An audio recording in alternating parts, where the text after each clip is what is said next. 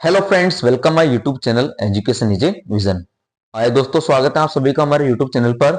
और हम 10th board exams 2026 की तैयारी कर रहे थे, उसके मॉडल पेपर को सॉल्यूशन कर रहे थे। आरबीएससी 2016 10th बोर्ड क्लास, उसका मॉडल पेपर का सॉल्यूशन चल रहा था।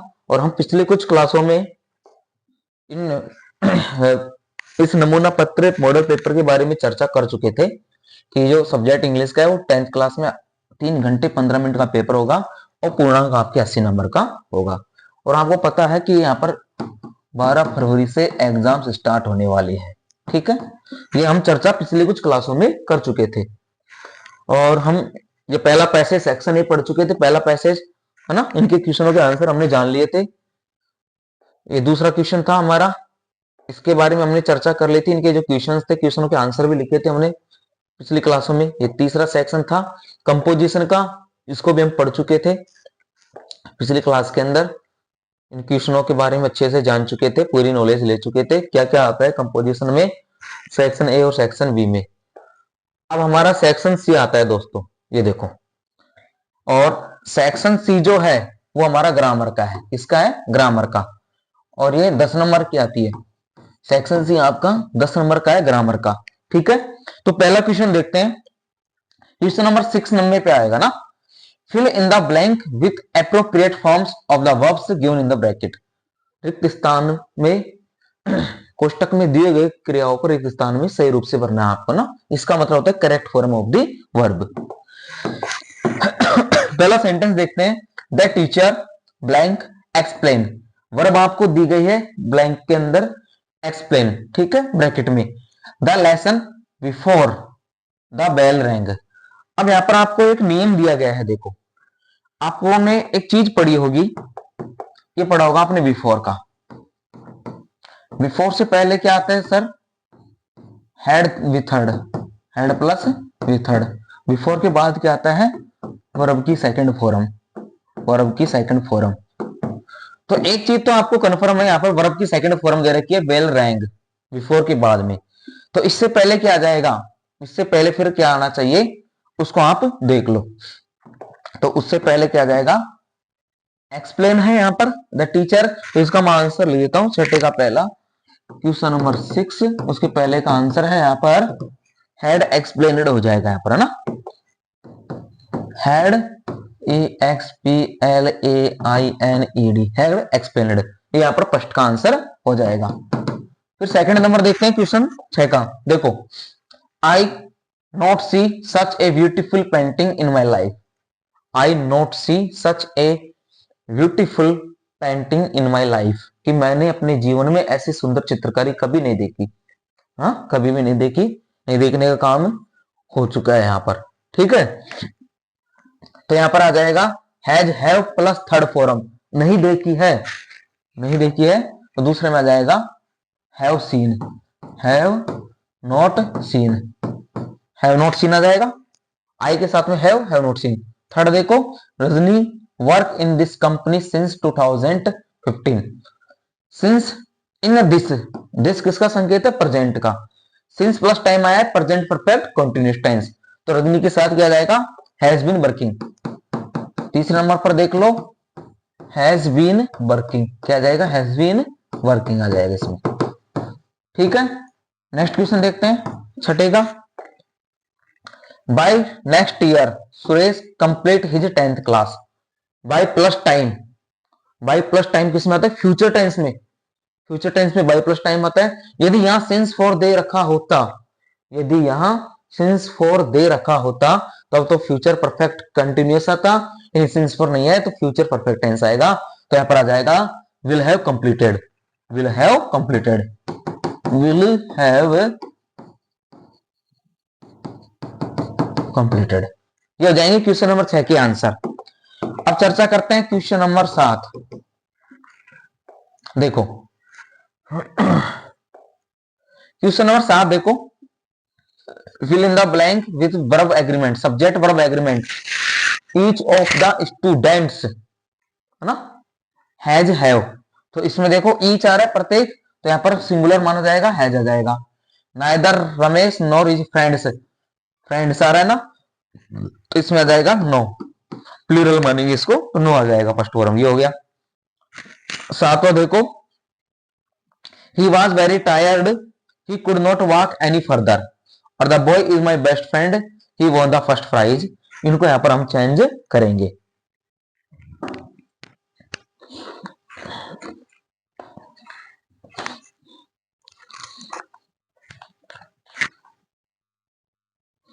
तो आगे देखते हैं क्वेश्चन नंबर 8वां।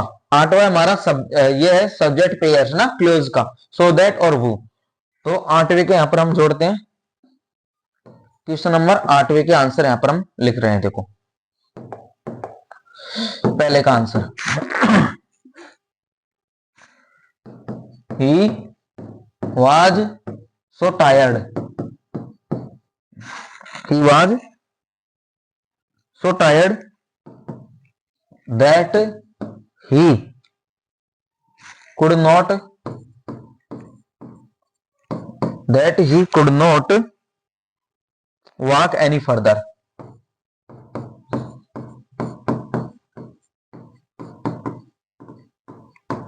ये हो जाएगा इसका answer.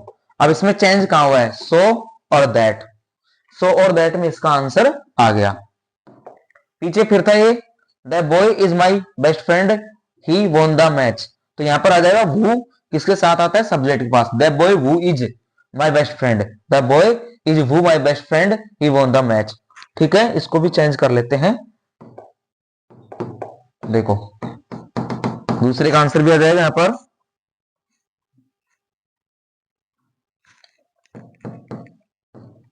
The boy who won the match, the boy who won the match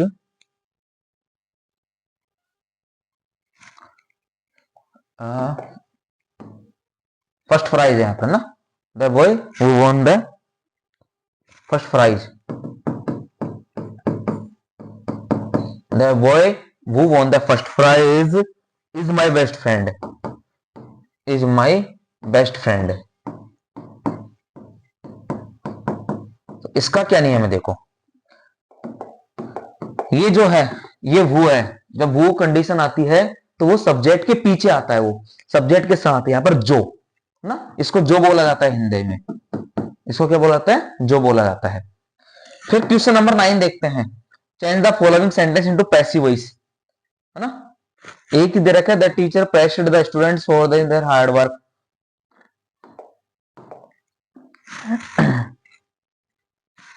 question number 9 का आंसर है यहां पर एक्टिव वॉइस को पैसिव वॉइस में चेंज करने का।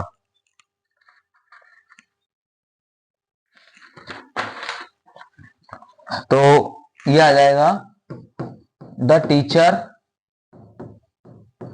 ओके प्राइज्ड द स्टूडेंट्स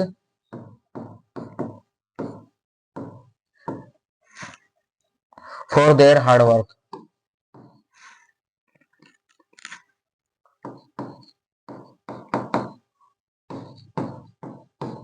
अब इसका हमको आंसर करना है।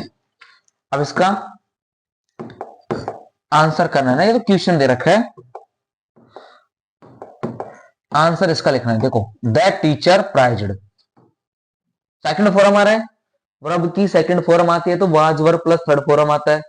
देखो मतलब इसका नियम क्या है, ऑब्जेक्ट को सब्जेक्ट बनाते हैं, ठीक है। फिर बी की फॉर्म, बी की फॉर्म का मतलब टेंस चेंज करते हैं। फिर पहला स्टेप, दूसरा स्टेप, तीसरा स्टेप क्या है, वी थर्ड फॉर्म लगाते हैं। चौथा स्टेप क्या है, बाय लगाते हैं।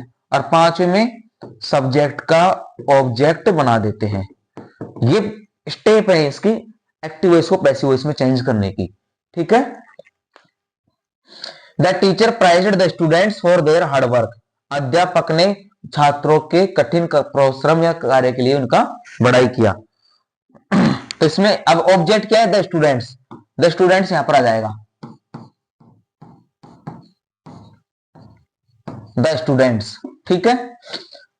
प्लूरल में है was were, were plus third form PRAISED, the students were prized, ठीक है। अब किसके लिए सेकंड ऑब्जेक्ट को लिख दो, दो ऑब्जेक्ट किसमें, for their hard work, for their hard work.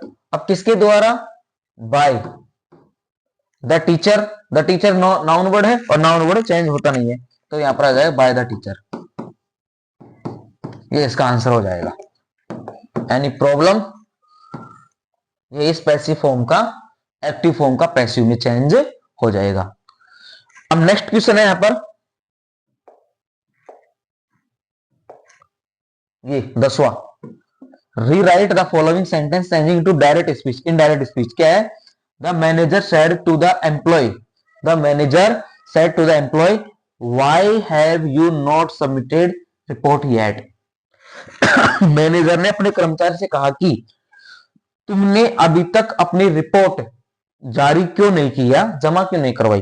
Y WH word से, इंटेरोगेटिव फॉर्म है ना, WH वर्ड इंटेरोगेटिव फॉर्म से है, और इंटेरोगेटिव फॉर्म के लिए आस्क्ड और इफ का यूज करते हैं। देखो 10वां, पहले सेंटेंस को लिख लेते हैं, the manager said to employ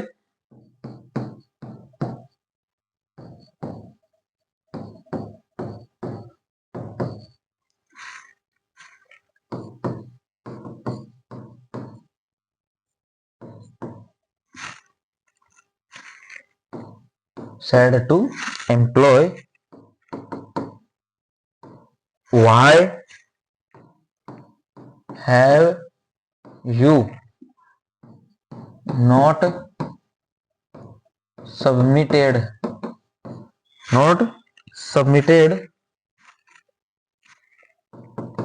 the report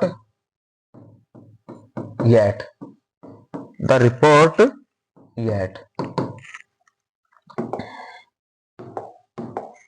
question दिया गया है the manager said to the employ, manager ने एम्प्लॉय कर्मचारी से कहा, why have you not submitted report yet, कि तुमने अब तक ये रिपोर्ट क्यों नहीं जमा कराई।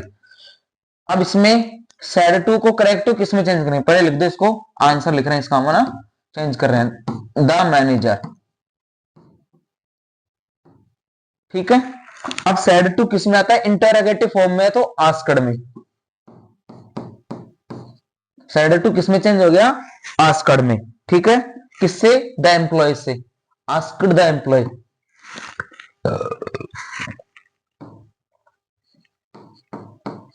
आस्क्ड द एम्प्लॉय क्या पूछा है, why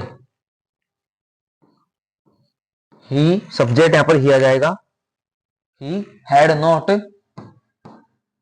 why he had not submitted the report yet,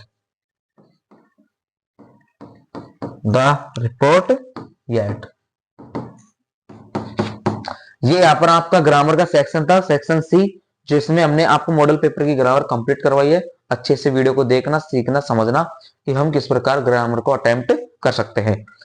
अब नेक्स्ट सेशन है दोस्तों, जो हम अगली क्लास में लेकर के आएंगे, सेक्शन डी किताब का आएगा ना, उसको हम अगली वीडियो में देंगे। Okay friends, thanks for watching and subscribe my YouTube channel Education is a Vision. Thank you.